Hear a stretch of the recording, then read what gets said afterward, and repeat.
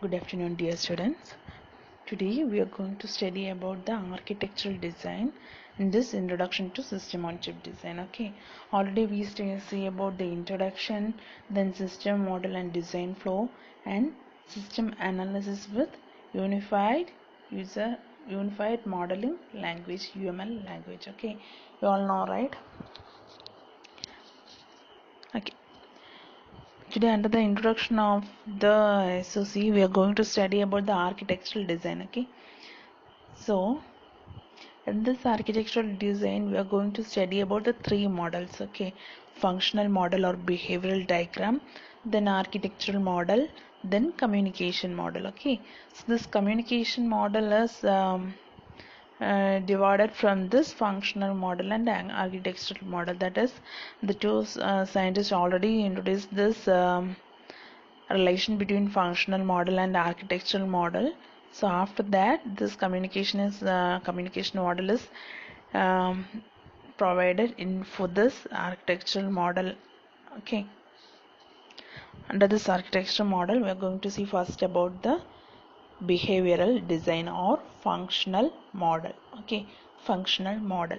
In this name itself, we can get the definition. What is functional model? It is a set of function and their interconnection for the required system operation. What is the functional model? Okay, it consists of various functions and their interconnection. Various functions will be there, and how we are interconnecting this for the required system operation. So, UML system analysis result in a function model as a set of functions and their intercommunication. Okay, how they are communicating for the required system operation. Usually, system level functions are referred to as behaviors to avoid confusion with software function. Okay, so normally, what is a functional model? Okay, it is a set of functions and their intercommunication for the required system operation. Okay, so this system level function is referred to as behavior. Okay, please have a look onto this figure. In this figure, we see various behaviors B1, B2, B3, and various variable V1, V2, and one event E2. Okay, so this behavior, what is this behavior? These are various system level functions. Okay, so behavior means the system level functions. Okay, so if the behavior requires communication and synchronization between the individual, if the behavior requires communication and synchronization, it goes for variable. Okay, that is, the individual behavior can access individual variables. Okay, so this variables is accessed by this what individual behaviors. Okay, to define the sequence of behavior, so the individual behavior is the individual behavior have an access to variable. So if there is a sequence of behavior, we need a method called synchronization. Okay, so this synchronization is achieved by generation and consumption of the events, which is frequently used. What is consumption of an event? That is, this behavior have waited for the generation of the event to generate any event. Okay, so this behavior is waited till there will be a event is generated. So this comes under this behavioral model. Have a look onto this. Okay, that is UML. What is UML? That is Unified Modeling Language. System analysis resulted in a function model as a set of functions and their intercommunication for the required system operation. Usually, system level functions are referred to as behaviors to avoid confusions with software functions. Okay. The integer behavior can assess the shared variables to accomplish concurrency if the behavior requires communication and synchronization. To define the sequence of behavior, a mechanism for achieving synchronization is required. Generation and consumption of an event are frequently used for synchronization. This consumption of an event to start a behavior means the behavior has waited for the generation of an event. Okay, these all comes under the functional model in this architectural design. Okay, next we are going to see about this architectural design. Okay, we are finished functional model. Next we are going to see about this architectural design. Okay,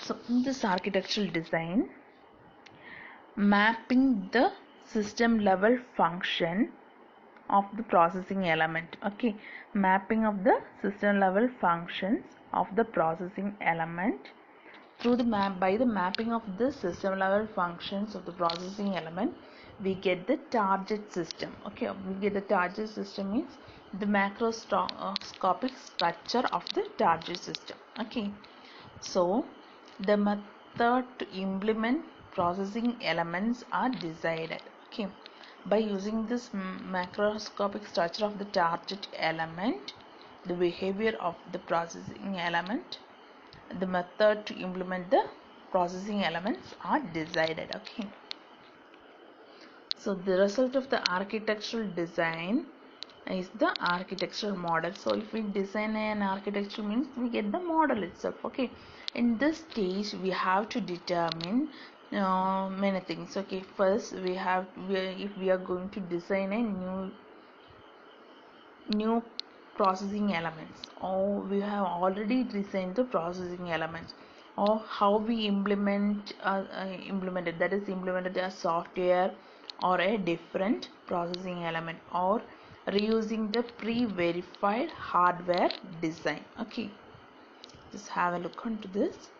In the architectural design, a macroscopic structure of the target system is determined by mapping the behavior of the processing element, and then the basic method to implement the processing element is decided. The result of the architectural design is an architectural model. In this stage, it is determined whether each processing element is newly designed into hardware or reusing the pre-verified hardware design, or it is implemented as software on a different processing element.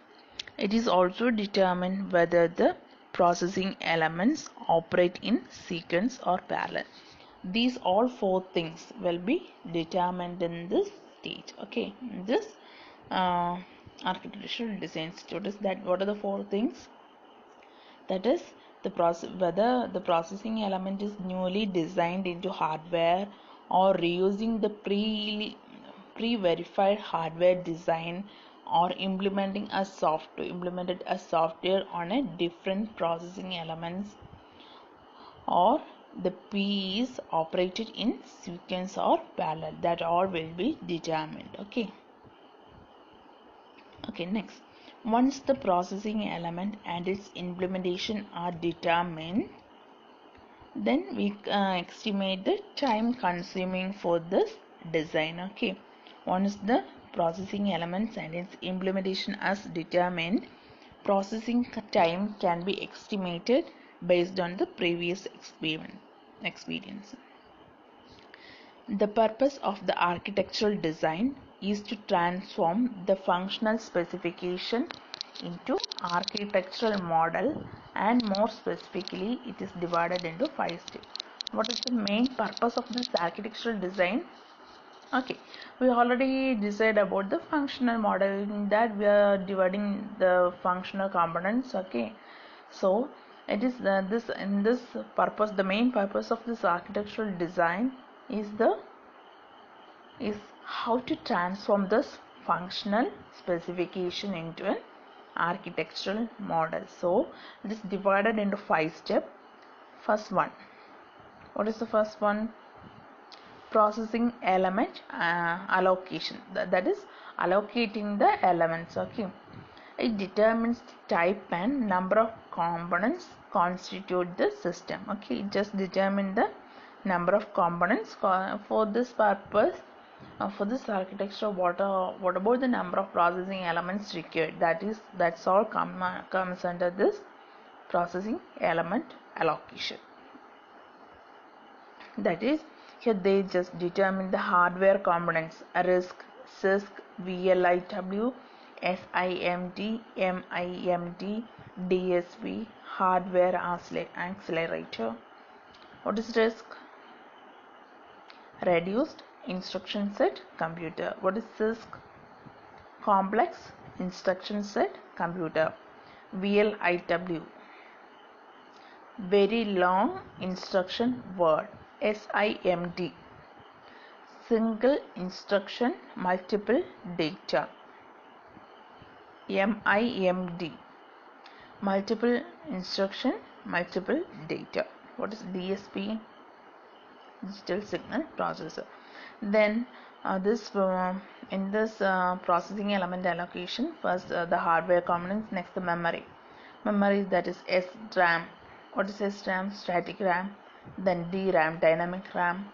FIFO, first in first out, frame buffer register, etc. Okay, also they use some bus and on chip network. Okay, next,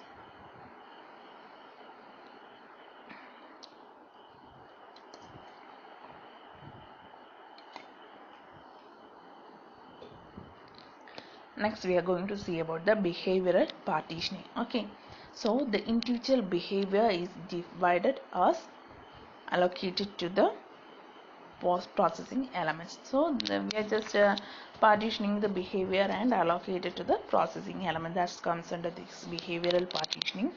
Then variable partitioning. What is this variable partitioning? These variables are divided and allocated to the memories. Okay, just allocating the variables to the memories.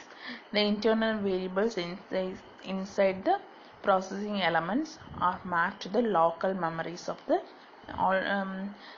local memories or register. Okay, there will be some inside variables inside the internal variables inside the processing element. So these variables will be mapped to the local memories or register. The next one, channel partitioning. What is channel partitioning? So that is, in conventional design, the inter-processing elements or channels are divided and allocated to the bus. That is just dividing these channels and allocating it to the bus. Then last one, scheduling. That is the parallel behavior allocated on the same processing elements are time shared, or the processing element operations are scheduled. That is just scheduling everything about this entire design. Okay, that comes under this scheduling. So what are the 5 steps? Processing element allocation, that is just allocating the processing elements, that is the components constituting the system. Next one, behavioral partitioning. What is behavioral partitioning? Just behavior is divided among to the processing elements. Next one, variable partitioning. What is variable partitioning? Thus variables are allocated to the memories. Then channel partitioning. What is channel partitioning? Processing element channels are divided and allocated to the bus. Then scheduling. We are just, what is scheduling, right? Okay.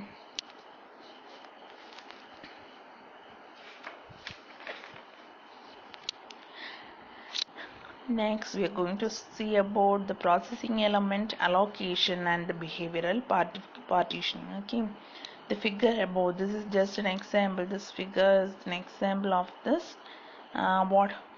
behavioral model.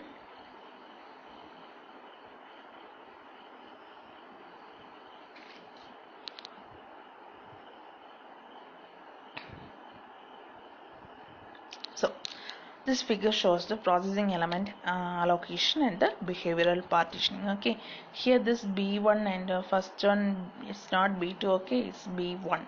So B1 and B2 comes under the processing element PE1. Also and then the behavior B3 is comes under the processing element PE2. Okay, each processing element can operate concurrently, and in the processing element allocation stage the processing, so here in this the processing power, what about the processing power? We have to consider about this processing power. Normally the processing power required for the behavior B3 is high comparing to the processing element 1. Okay,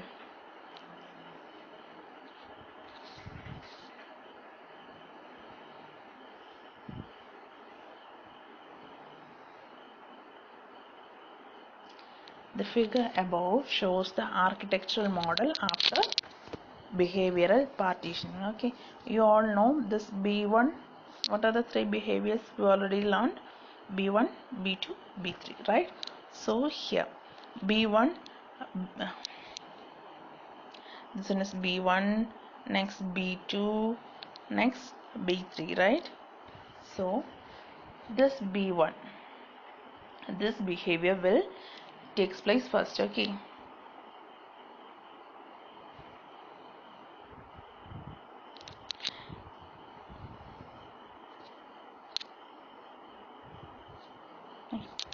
here in this B1 behavior B1 will takes place first. That is, here this P1 and PE2 are connected in parallel. Okay, P1 and P are operated in parallel, but the behavior B3, what about the behavior B3 in PE2?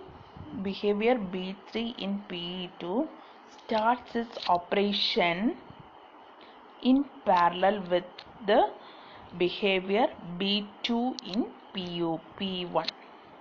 Okay, only after the behavior B1 in P1 finishes its operation. So after the B1 in this P1 finishes its operation, this B2 and this B3 starts its operation at the same time. So after the after the behavior B1 finishes operation, we have to intimate this PE2 that we are going to start the operation for B2.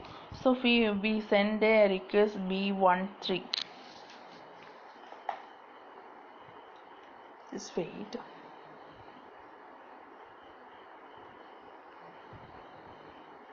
Okay. So when the B1 in P1 finishes its operation, any new behavior B13 sent is inserted into PE1. Okay, after finishing the B1 operation, B13 sent, okay, is inserted in this, and that is a new behavior. Okay, it's inserted in this P1, that is this one. Okay, which start behavior B3 in P2 in parallel with behavior B2 in P1. B13 sent a signal. Okay, that is B13 sent a B3 start signal through the channel CB13. That is, this B13 send will send a start request through this channel. This channel is CB13 to this B13 receive. So at that time this B3 starts its operation. Okay, then after the operation is finished, this B3 was sent a request to P1, that is B34 receiver through the channel CB34. Okay,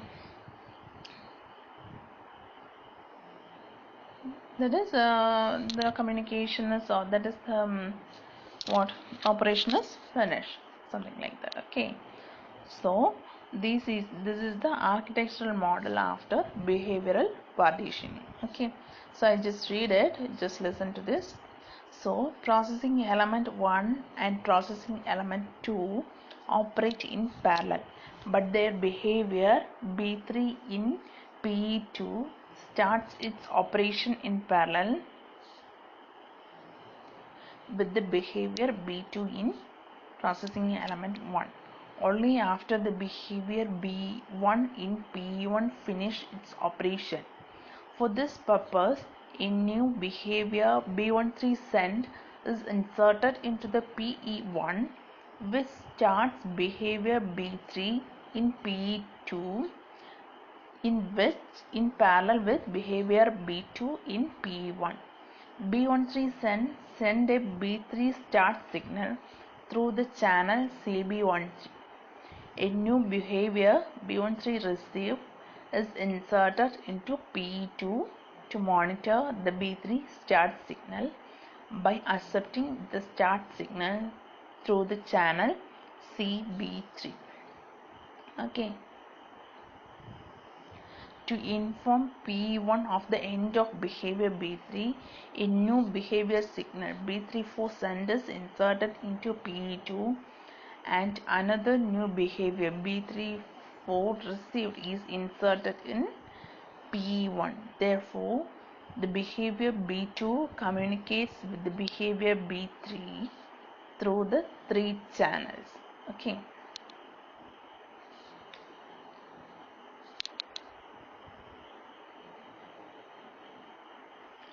The last step in this architectural design is to schedule the execution of multiple behaviors on processing elements. Okay, we all know this. We need to do multiple operation in this, so that is the last step in this architectural design.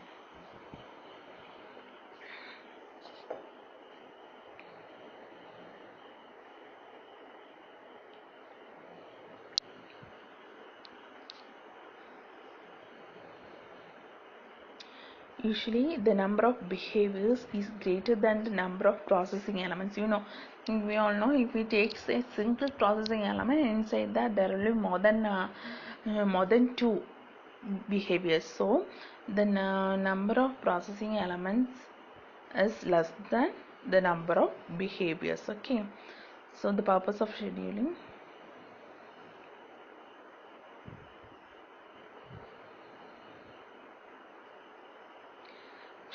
is to put the predetermined order of execution in each behavior. Just this is the model after scheduling and channel partitioning. Okay, here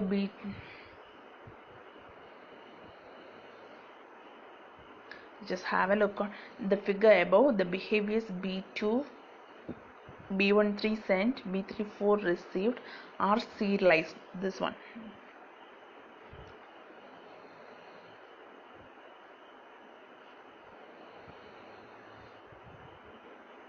Such that B13 sent precedes B2. Okay, B13 sent precedes B2 and B34 received is scheduled after B2. Okay, so the scheduling result is shown on the right hand side. This is the scheduling last result after scheduling. Okay, how this? So here the first, which is the first operation? B1. Okay, in this is the scheduling of the processing element 1. Okay, first processing element. So first what happened, that is the first behavior B1, then there will be some variable, then B13 sent, then B2 behavior B2, then B34 received. Okay, that is after doing B13 sent, that is we are giving some instruction to P2 that we are going to start the B2 behavior, and after sending an start signal, we start the B2. So at that time that P2 also start the B2, then we are getting a received signal, that is B34 received, that we are finished this one. Okay, the addition of new behaviors and channels during the processing element allocation modifies the system model into architectural model. So in this step, that is after allocating, at first we allocate this processing element allocation. At that time only two behaviors are there, right? So After that, we modify the system into many behaviors. We had two more behaviors like B13 send and B34 receive. So the modified the system model into architecture model. After the PE allocation, the main issue is how to implement the PE by either software or hardware. The cost function can be derived from system constraints, and based on the result of the simulation of proper estimation, the processing element allocation can be retired. Such simulation or estimation to look for the optimum design is called design space exploration. That you have just read it, okay? Then, then the last topic we are going to study about the communication design.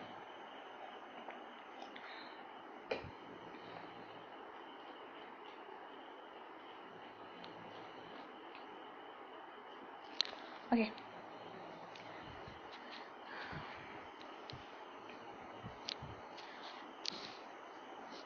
The architectural model may result in multiple processing element architecture that are in parallel operation and need to communicate with each other. We know P1, P2, so we need to communicate between P1 and P2. That is, in the above figure, we see that P1 communicate with P2. That we are going to start the operation of B2. That is start signal. So P2 communicate with the P1. That is the operation of B3 is finished. So we need a communication between two of that. So a detailed description of their communication is essential. This is called communication design, and its result is called a communication model. I think you understand, right? So in the above figure, that is message passing channel communication model.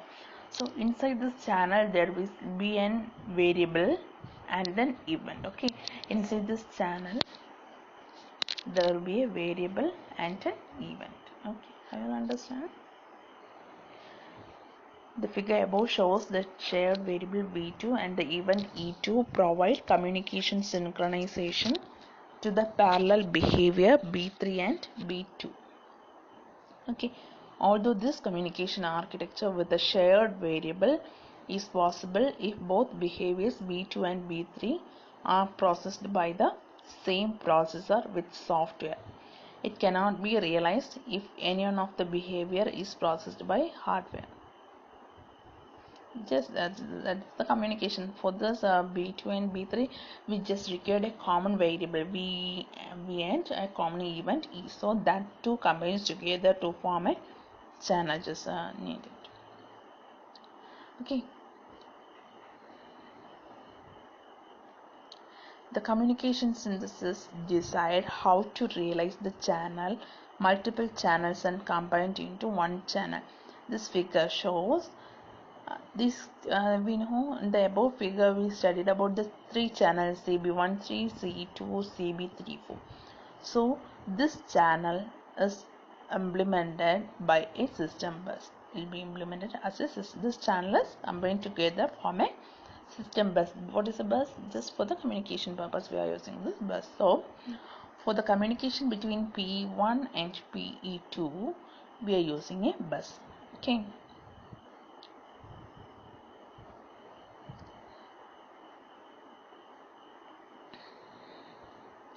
So we just here in this between P1, that is the master, and P2, that is the slave. Okay, so in between the master and slave we are using a system bus. So this system bus needs some protocol.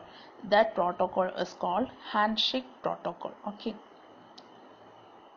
so that is for communication purpose we need various rules that comes under this handshake protocol. Once the communication protocol is determined, the models of processing elements to be attached to the system bus should be modified according to the protocol. The two methods are used for this purpose. The first is to modify the processing element model itself, and the second is to put a wrapper into the channel to translate the protocol between the system bus and the processing element. A handshake protocol is adopted in the system bus by adding two control signal ready and acknowledge. The communication processing element can be implemented by either software or hardware in the same way as other processing elements. Okay.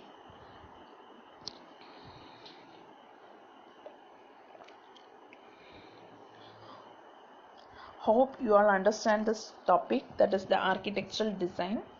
There are three: architectural design, functional design, architectural design, and communication design. Okay, these all comes under the introduction of system on chip design. This is the end of the first topic. So just read, and if you have any doubt you can ask me. Okay, thank you.